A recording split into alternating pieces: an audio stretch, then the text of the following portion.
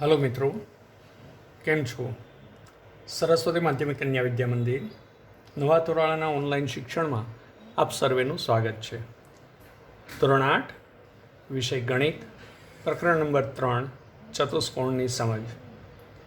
મિત્રો, આ પૂર્વેના વિડીયોની અંદર આપણે વિશિષ્ટ સમાંતર બાજુ ચતુષ્કોણો એવા સમબાજુ ચતુષ્કોણ, લંબચોરસ અને ચોરસ અને તેના ગુણધર્મોની સમજણ પ્રાપ્ત કરી ચૂક્યા. આજના વિડીયોની અંદર આપણે એ બધા ગુણધર્મનો ઉપયોગ કરી અને સ્વાધ્યાય 3.4ના દાખલાઓના ઉકેલ મેળવીશું. તો જોઈએ મિત્રો, સ્વાધ્યાય 3.4. દાખલા નંબર 1. નીચેના વિધાનો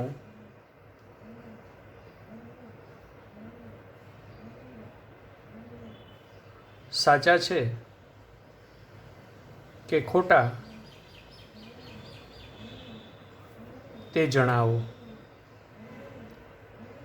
મિત્રો, આપણે દરેક વિશિષ્ટ ચતુષ્કોણો,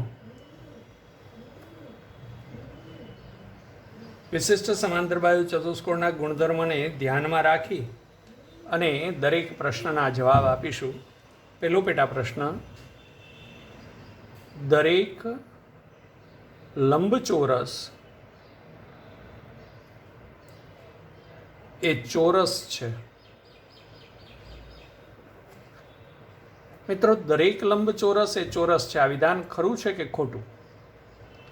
તો વિધાનને સમજતા પહેલા લંબચોરસ અને ચોરસની સ્પષ્ટતા એના ગુણધર્મોની હોવી જોઈએ. ચોરસની ચારે બાજુઓ સમાન હોય, જ્યારે લંબચોરસની ચારે બાજુઓ સમાન હોતી નથી. એટલે આપણે કહી શકીએ કે લંબચોરસ એ ચોરસ નથી. આપણે બાજુ, ખૂણા કે વિકર્ણ એમાંનો કોઈ પણ એક ગુણધર્મનું પણ પાલન ન થતું હોય તો આપણે એ વિધાન ખોટું છે એમ કહી શકીએ. એટલે દરેક લંબચોરસ એ ચોરસ છે એ વિધાન ખોટું છે, કારણ કે લંબચોરસની ચારે બાજુઓ સમાન ન હોય, જ્યારે ચોરસની ચારે બાજુઓ સમાન હોય. બીજો પેટા પ્રશ્ન બી જોઈએ: દરેક સમબાજુ ચતુષ્કોણ એ સમાંતર બાજુ ચતુષ્કોણ છે. મિત્રો, આપણને કીધું છે દરેક સમબાજુ ચતુષ્કોણ એ સમાંતર બાજુ ચતુષ્કોણ છે. તો મિત્રો, સમબાજુ ચતુષ્કોણની વ્યાખ્યા જોઈએ તો એમાં એવું આવે છે કે સમાંતર બાજુ ચતુષ્કોણની ચારે બાજુઓ સમાન હોય તો એને સમબાજુ કહેવાય. તો એનો અર્થ એ થયો કે સમબાજુ છે એ સમાંતર બાજુ તો હોય જ. એટલે આપણે કહી શકીએ વિધાન છે એ ખરું છે કે સમબાજુ છે એ સમાંતર બાજુ હોય. સમાંતર બાજુ સમબાજુ થવા માટે સમાંતરની ચારે બાજુ સમાન હોય તો એ સમબાજુ થઈ શકે, પરંતુ સમબાજુ ચતુષ્કોણ છે એ સમાંતર બાજુ ચતુષ્કોણ તો હોય જ, કારણ કે વ્યાખ્યામાં એ સમાંતર બાજુ ચતુષ્કોણ આપેલો હોય છે અને આ વિશિષ્ટ સમાંતર બાજુ ચતુષ્કોણ છે. ત્રીજો પેટા પ્રશ્ન સી જોઈએ: દરેક ચોરસ સમબાજુ ચતુષ્કોણ છે, તેમજ લંબચોરસ પણ છે. એનો અર્થ એ થયો કે ચોરસ છે એ સમબાજુ ચતુષ્કોણના ગુણધર્મનું પાલન કરે છે અને લંબચોરસના ગુણધર્મનું પાલન કરે છે. જોઈએ તો સમબાજુ ચતુષ્કોણ કોને કહેવાય? એવો સમાંતર બાજુ ચતુષ્કોણ કે જેની ચારે બાજુ સમાન હોય. તો ચોરસની ચારે બાજુ સમાન હોય છે, માટે ચોરસ છે એ સમબાજુ ચતુષ્કોણ થાય. હવે લંબચોરસ થાય કે નહીં? તો લંબચોરસ કોને કહેવાય? એવો સમાંતર બાજુ ચતુષ્કોણ કે જેનો દરેક ખૂણો કાટખૂણો હોય. તો ચોરસના દરેક ખૂણા કાટખૂણા હોય છે, માટે આપણે કહી શકીએ કે ચોરસ છે એ લંબચોરસ પણ છે. માટે આ વિધાન પણ ખરું છે. ચોથો પેટા પ્રશ્ન ડી જોઈએ. દરેક ચોરસ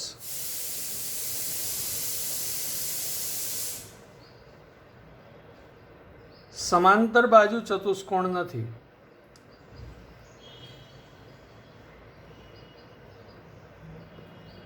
દરેક ચોરસ એ સમાંતર બાજુ ચતુષ્કોણ નથી. મિત્રો, ચોરસ છે એ વિશિષ્ટ સમાંતર બાજુ ચતુષ્કોણ છે, માટે સમાંતર બાજુ ચતુષ્કોણ તો હોવાનો જ. ચોરસની વ્યાખ્યા જે છે કે સમાંતર બાજુ ચતુષ્કોણની ચારેય બાજુ અને ચારેય ખૂણાઓ એકરૂપ હોય તો એવા ચતુષ્કોણને ચોરસ કહેવાય. માટે ચોરસ છે સમાંતર બાજુ ચતુષ્કોણ તો છે જ. માટે આ વિધાન ખોટું છે કે સમાંતર બાજુ ચતુષ્કોણ નથી, એ વિધાન ખોટું છે. કારણ કે ચોરસ એ વિશિષ્ટ સમાંતર બાજુ ચતુષ્કોણ છે, માટે એ સમાંતર બાજુ ચતુષ્કોણ થાય.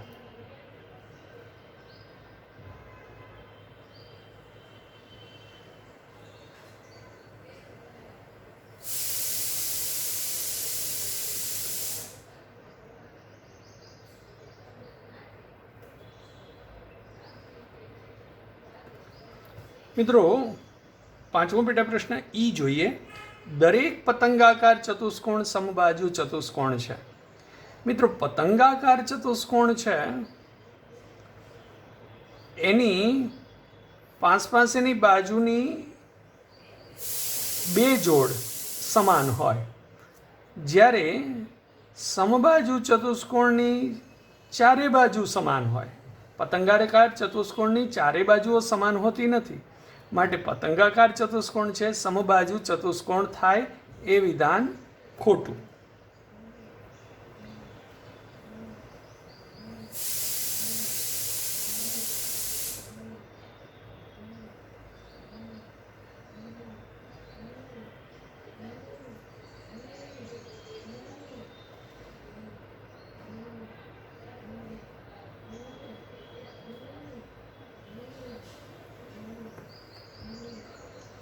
હવે મિત્રો, એનાથી પાંચમાંથી વિપરીત વિધાન છઠ્ઠું એફ. દરેક સમબાજુ ચતુષ્કોણ એ પતંગાકાર ચતુષ્કોણ છે. તો મિત્રો, સમબાજુ ચતુષ્કોણમાં પાસેની બાજુની બધી જોડ સમાન હોય, જ્યારે પતંગાકારમાં પાસેની બે જ જોડ સમાન હોય. તો ચાર જોડ સમાન હોય તો બે જોડ તો સમાન હોવાની જ. માટે સમાંતર બાજુ સમબાજુ ચતુષ્કોણ છે એ પતંગાકાર ચતુષ્કોણ થશે. પતંગાકાર છે સમબાજુ નહીં થાય, કારણ કે પતંગાકારમાં પાસેની બધી જોડ ચારે ચાર જોડ સમાન નથી. આ અને આ જોડ સમાન નથી, જ્યારે સમબાજુમાં બધી જોડ સમાન હોય. એટલે પતંગાકારમાં પાસેની બે જ જોડ સમાન હોય છે, જ્યારે સમબાજુમાં પાસેની ચારેય જોડ સમાન હોય છે. માટે પતંગાકાર ચતુષ્કોણ સમબાજુ ન થાય, પરંતુ સમબાજુ ચતુષ્કોણ છે પતંગાકાર ચતુષ્કોણ થશે. માટે વિધાન છઠ્ઠું છે એ સત્ય થશે.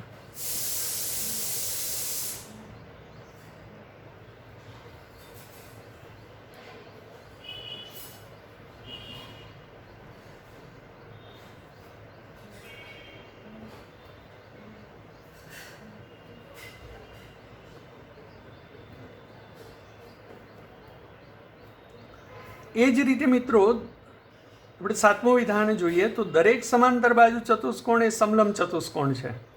હવે જુઓ મિત્રો, સમાંતર બાજુ ચતુષ્કોણમાં સામસામેની બાજુની બંને જોડ સમાંતર થાય, જ્યારે સમલંબની અંદર સામસામેની બાજુની માત્ર એક જ જોડ સમાંતર હોય. તો હવે બે જોડ સમાંતર હોય તો એક જોડ તો સમાંતર છે એમ તો કહી શકાય. માટે સમાંતર બાજુ ચતુષ્કોણ એ સમલંબ ચતુષ્કોણ થાય. સમલંબ છે સમાંતર બાજુ ન થાય, કારણ કે સમલંબમાં એક જ જોડ સમાંતર હોય, સમાંતર બાજુમાં બંને જોડ સમાંતર હોય. માટે સમલંબ છે એ સમાંતર ન થાય, સમાંતર બાજુ છે એ સમલંબ થશે, કારણ કે સમાંતર બાજુમાં બંને જોડ સમાંતર હોય સામસામેની. એટલે બે જોડ સમાંતર હોય તો એક જોડ તો સમાંતર છે એમ કહેવાય જ.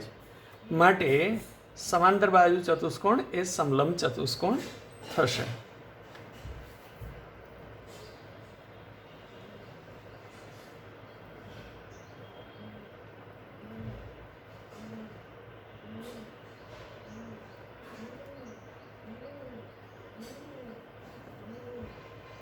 એ જ રીતે મિત્રો વિધાન H જોઈએ. દરેક ચોરસ સમલંબ ચતુષ્કોણ છે. હવે મિત્રો ચોરસ છે એમાં સમલંબમાં શું ફરક હોય છે અથવા શું સમાન છે? સમલંબમાં સામસામેની બાજુની એક જોડ સમાંતર હોય, ચોરસમાંય હોય. સમલંબમાં બાકીની બીજી જોડ સમાંતર ન હોય, આમાં તો બીજી જોડે સમાંતર હોય. એટલે સમલંબ થવા માટે માત્ર સામસામેની બાજુની એક જોડ સમાંતર હોવી જોઈએ, જે ચોરસમાં હોય છે. માટે ચોરસને સમલંબ કહી શકાય. સમલંબ છે એ ચોરસ ન થાય. માટે દરેક ચોરસ એ સમલંબ ચતુષ્કોણ છે એ વિધાન ખરું, કારણ કે સમલંબ બનવા માટે માત્ર સામસામેની બાજુની એક જોડ સમાંતર હોવી જોઈએ. તો એ ચોરસમાં સામસામેની બાજુની એક જોડ સમાંતર હોય છે, માટે આપણે કહી શકીએ કે ચોરસ છે એ સમલંબ ચતુષ્કોણ છે. માટે વિધાન ખરું છે. હવે જોઈએ દાખલા નંબર 2. એવા ચતુષ્કોણ ના નામ આપો કે જેમાં આપેલ શરતોનું પાલન થતું હોય. પેટા પ્રશ્ન નંબર A. ચારેય બાજુની લંબાઈ સમાન હોય. મિત્રો યાદ કરો, એવો ચતુષ્કોણ કે જેની ચારેય બાજુની લંબાઈ સમાન હોય. તો એવા કયા કયા ચતુષ્કોણ થશે? તો સૌથી પહેલા સમબાજુ, આની ચારેય બાજુ સમાન હોય. ત્યાર પછી બીજો એક છે ચોરસ, આની ચારેય બાજુ સમાન હોય. બાજુઓના સંદર્ભમાં આ બે જ ચતુષ્કોણ એવા છે કે જેની ચારેય બાજુની લંબાઈ સમાન હોય.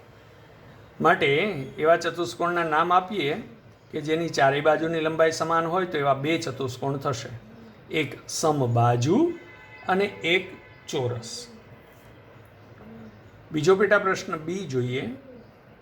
B શરતનું પાલન થતું હોય એવા ચતુષ્કોણના નામ આપીએ.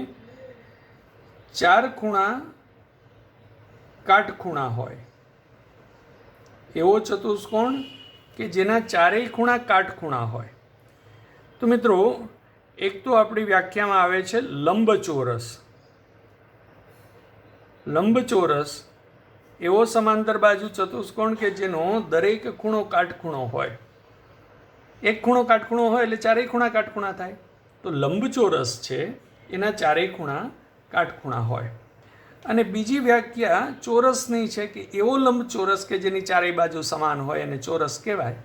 તો ચોરસની ચારેય બાજુ અને ચારેય ખૂણા સરખા હોય, માટે ચોરસના દરેક ખૂણા કાટખૂણા હોય. માટે લંબચોરસ અને ચોરસ એવા ચતુષ્કોણ છે કે જેના ચારેય ખૂણા કાટખૂણા હોય. મિત્રો દરેક ગુણધર્મ યાદ રાખીશું તો જ આ પ્રશ્નોના જવાબ આપી શકીશું.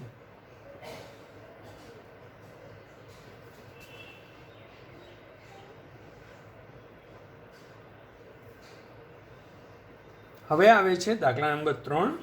કેવી રીતે એક ચોરસ એ પેટા પ્રશ્નો આપ્યા છે. ચતુષ્કોણ છે. કેવી રીતે એક ચોરસ ચતુષ્કોણ છે, સમાંતર બાજુ ચતુષ્કોણ છે, સમબાજુ છે, લંબચોરસ છે, એ વિગતવાર સમજાવવાનું છે. તો એ ચતુષ્કોણ કેવી રીતે છે એ ઉપરાંત સમાંતર બાજુ ચતુષ્કોણ કેવી રીતે થાય, સમબાજુ ચતુષ્કોણ કેવી રીતે થાય,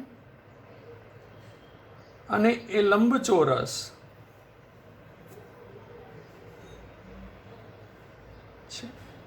તે વિગતવાર સમજાવો.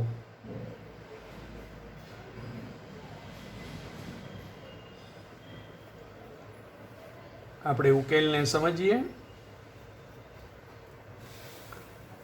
તો ત્રીજા દાખલાની અંદર મિત્રો કેવી રીતે એક ચોરસ એ પહેલો ઉકેલ સમજીએ કે ચતુષ્કોણ થાય.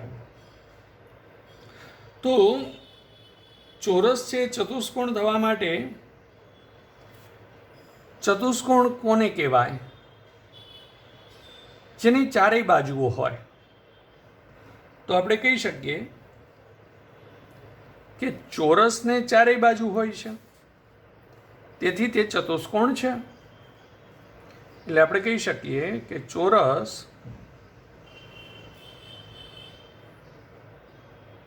ચારેય બાજુ હોવાથી તે ચતુષ્કોણ છે. અને એ ચારેય બાજુ હોય એટલે એને ચાર ખૂણા હોવાના માટે એ ચતુષ્કોણ થઈ જશે. હવે આપણે જોવું છે કે ચોરસ છે સમાંતર બાજુ ચતુષ્કોણ કઈ રીતે થાય. તો મિત્રો, સમાંતર બાજુ ચતુષ્કોણના ગુણધર્મ શું છે? એની સામસામેની બાજુ સમાન હોવી જોઈએ. એ ઉપરાંત સામસામેની બાજુની બંને જોડ સમાંતર હોવી જોઈએ. તો એ સમાંતર બાજુ ચતુષ્કોણ થઈ જાય. તો ચોરસ છે એની તો બધી બાજુ સમાન હોય છે, માટે આપણે કહી શકીએ કે ચોરસની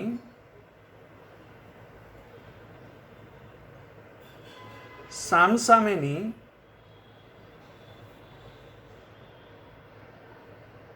બાજુઓની બંને જોડ સમાન અને સમાંતર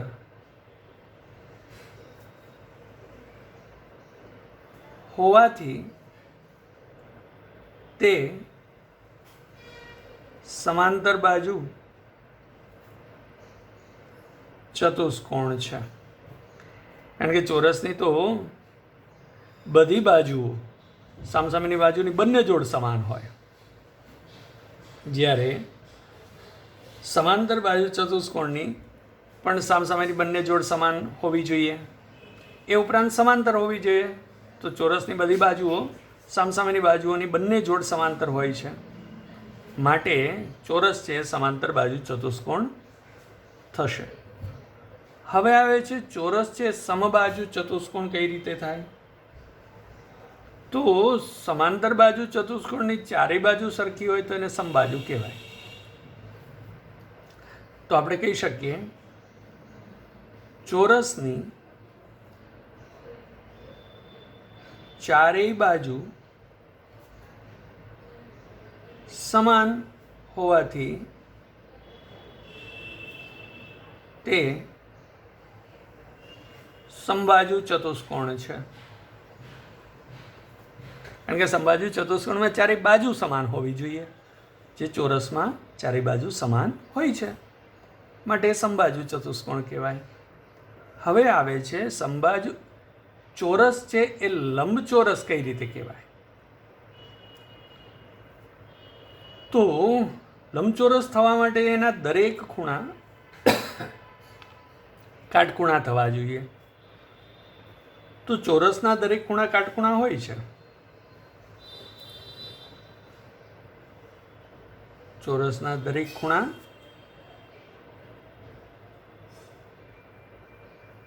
કાટખૂણા હોય છે, તેથી કહી શકીએ તેથી તે લંબચોરસ છે. આમ ચોરસની ચારેય બાજુ એટલે કે ચારેય ખૂણા હોય, તેથી તે ચતુષ્કોણ કહેવાય. અને ચોરસની સામસામેની બાજુની બંને જોડ સમાન અને સમાંતર હોવાથી એને સમાંતર બાજુ ચતુષ્કોણ કહેવાય. હવે ચોરસ છે સમાંતર બાજુ ચતુષ્કોણ છે, તો એની ચારેય બાજુ સમાન હોવાથી એ સમબાજુ ચતુષ્કોણ થશે. અને ચોરસનો દરેક ખૂણો કાટખૂણો હોય છે, તેથી તે લંબચોરસ કહેવાશે. આમ ચોરસ એ ચતુષ્કોણ, સમાંતર બાજુ ચતુષ્કોણ, સમબાજુ ચતુષ્કોણ અને લંબચોરસ કઈ રીતે થાય છે એની સમજૂતી આપણે પ્રાપ્ત કરી.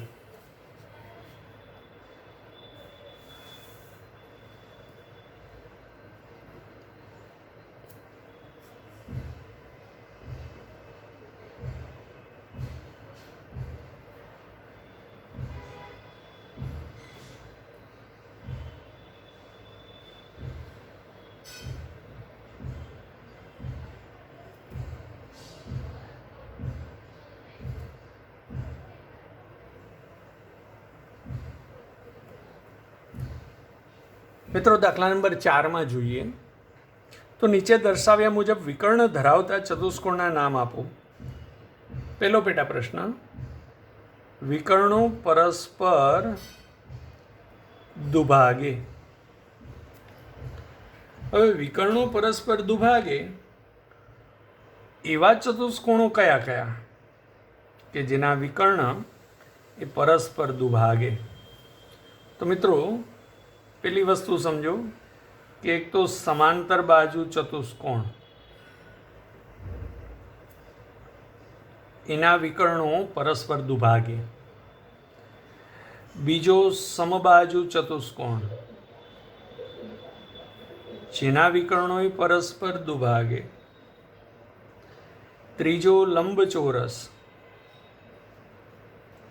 જેના વિકર્ણ પણ પરસ્પર દુભાગે.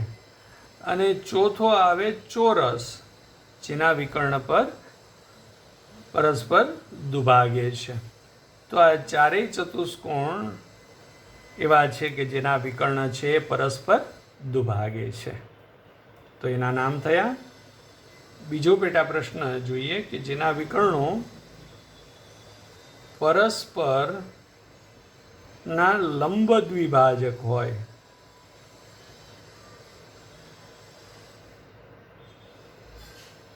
વિકર્ણ છે એ પરસ્પર લંબ દ્વિભાજક હોય એવા ચતુષ્કોણ કયા કયા? તો મિત્રો પરસ્પર લંબ દ્વિભાજક હોય તો યાદ કરીએ, એક સમબાજુ ચતુષ્કોણ છે કે જેના વિકર્ણો પરસ્પર લંબ દ્વિભાજક એટલે લંબ દુભાગે. તો સમબાજુ ચતુષ્કોણમાં પરસ્પર લંબ દુભાગે. અને એક એવો જ ચોરસ જેમાં પરસ્પર લંબ દુભાગે એટલે કે લંબ દ્વિભાજક હોય. તો આ બે ચતુષ્કોણ એવા છે કે જેના વિકર્ણો પરસ્પર લંબ દ્વિભાજક હોય છે. ત્રીજી શરત જોઈએ, વિકર્ણો સમાન હોય.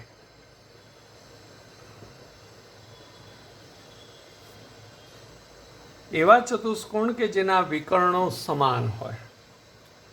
તો મિત્રો યાદ કરો, એક તો લંબચોરસ છે જેના વિકર્ણ પરસ્પર દુભાગે અને એકરૂપ હોય. બીજા ચોરસ છે કે જેના વિકર્ણો પરસ્પર લંબ દુભાગે અને સમાન હોય. એટલે કે વિકર્ણો પરસ્પર સમાન હોય એવા લંબચોરસ અને ચોરસ કે જેના વિકર્ણો સમાન હોય છે એવા આ બે ચતુષ્કોણ થશે. હવે જોઈએ મિત્રો દાખલા નંબર 5. લંબચોરસ એ બહિર્મુખ ચતુષ્કોણ છે એમ સમજાવો. તો મિત્રો બહિર્મુખ ચતુષ્કોણ થવા માટે કેટલી શરતનું પાલન થવું જોઈએ? પહેલી વસ્તુ એ કે બહિર્મુખ ચતુષ્કોણના વિકર્ણો છે એ એના અંદરના ભાગમાં હોવા જોઈએ. અને બીજું, એનો દરેક ખૂણો છે એ 180 કરતાં ઓછો હોવો જોઈએ. તો લંબચોરસ છે બહિર્મુખ ચતુષ્કોણ થાય છે કે નહીં એ જોઈએ. તો લંબચોરસના દરેક ખૂણો 180 કરતાં ઓછો હોય છે. આપણે જાણીએ છીએ કે દરેક ખૂણાનું માપ 90 હોય છે જે 180 કરતાં ઓછા છે. એટલે કે પહેલી શરતનું પાલન થયું કે દરેક ખૂણાનું માપ 180 કરતાં ઓછું થવું જોઈએ. તો બહિર્મુખ માટે આ પહેલી શરતનું સમાધાન થવું જોઈએ. તો એ લંબચોરસમાં થાય છે. બીજું, લંબચોરસના બંને વિકર્ણો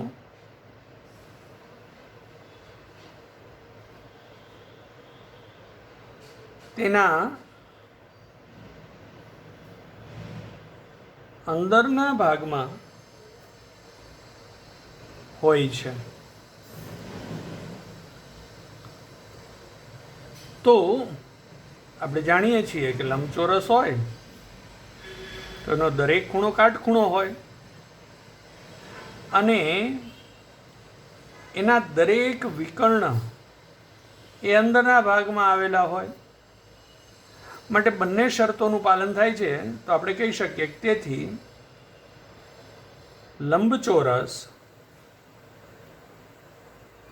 એ બહિર્મુખ ચતુષ્કોણ છે. કારણ કે બહિર્મુખ ચતુષ્કોણ માટે આ બે શરતોનું પાલન થવું જરૂરી છે. એક, એનો દરેક ખૂણો એ 180 કરતાં ઓછો થવો જોઈએ અને બીજું, એના વિકર્ણો છે એ હંમેશા અંદરના ભાગમાં હોવા જોઈએ. તો એ બંને શરતોનું પાલન થાય છે માટે કહી શકીએ કે લંબચોરસ એ બહિર્મુખ ચતુષ્કોણ છે. મિત્રો, દાખલા નંબર 6 જોઈએ. તો કાટકોણ ત્રિકોણ એબીસીમાં અહીંયા એક કાટકોણ ત્રિકોણ આપેલો છે એબીસી. એમાં કાટખૂણો બી છે, એની સામેની બાજુ એસી નું મધ્યબિંદુ ઓ છે.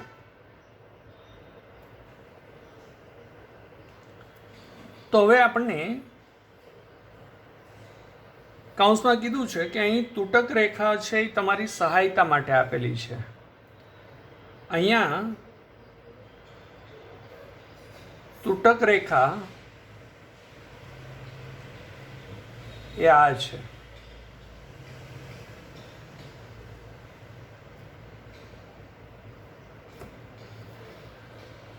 એનો અર્થ એ થયો કે આપણે બતાવવું છે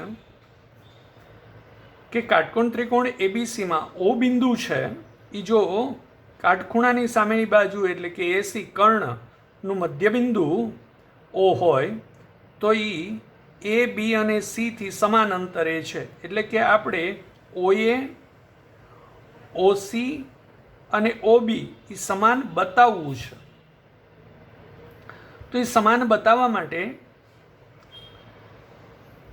આપણે ચતુષ્કોણના ગુણધર્મનો કઈ રીતે ઉપયોગ કરીએ કે જેથી ઓએ, ઓસી, ઓબી એટલે કે ઓ બિંદુ એ, બી અને સીથી સમાન અંતરે આવે.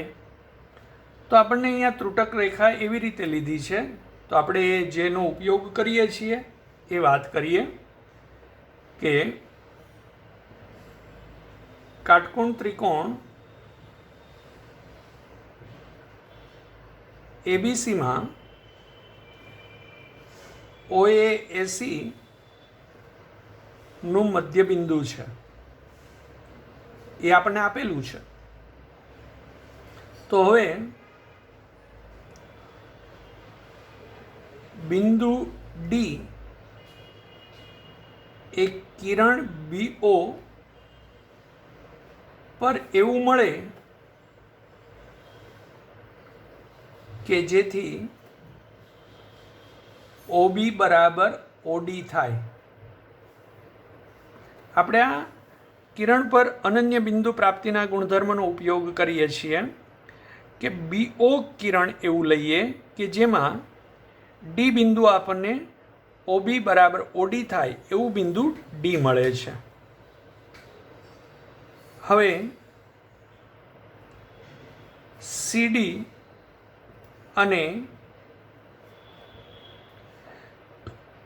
એડી દોરો. સીડી દોર્યું અને એડી દોર્યું તો આપણને ચતુષ્કોણ એબીસીડી મળે છે. હવે મિત્રો જુઓ, આ ચતુષ્કોણ કેવો થયો? એબીસીડી, જેમાં એક ખૂણો કાટખૂણો છે બી. આ બીડી અને એસી વિકર્ણ છે જેમાં ઓ બિંદુ એ એસીનું મધ્ય બિંદુ છે અને ઓબી બરાબર ઓડી છે એનો અર્થ કે ઓ બિંદુ એ બીડીનું એ મધ્ય બિંદુ થયું. માટે આપણે કહી શકીએ કે એબીસીડી ચતુષ્કોણ જે મેળવ્યો એમાં ચતુષ્કોણ એબીસીડીમાં ઓ એ વિકર્ણો એસી અને બીડી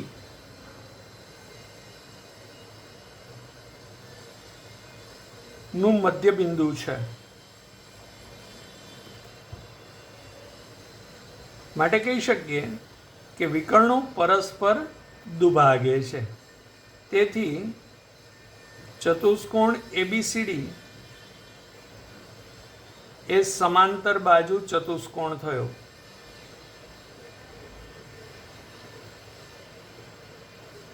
આને આપણે પરિણામ નંબર 1 કહી દઈએ. કારણ શું? તો કે વિકર્ણો પરસ્પર દુભાગે છે.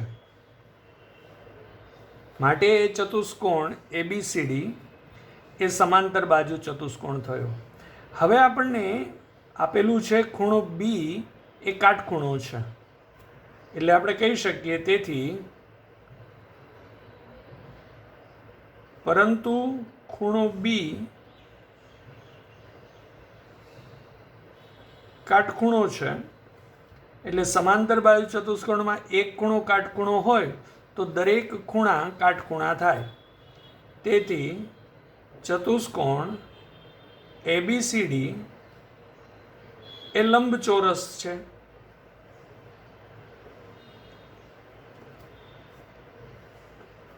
એને આપણે પરિણામ નંબર 2 કહીએ. તો હવે જો મિત્રો એબીસીડી એ લંબચોરસ થાય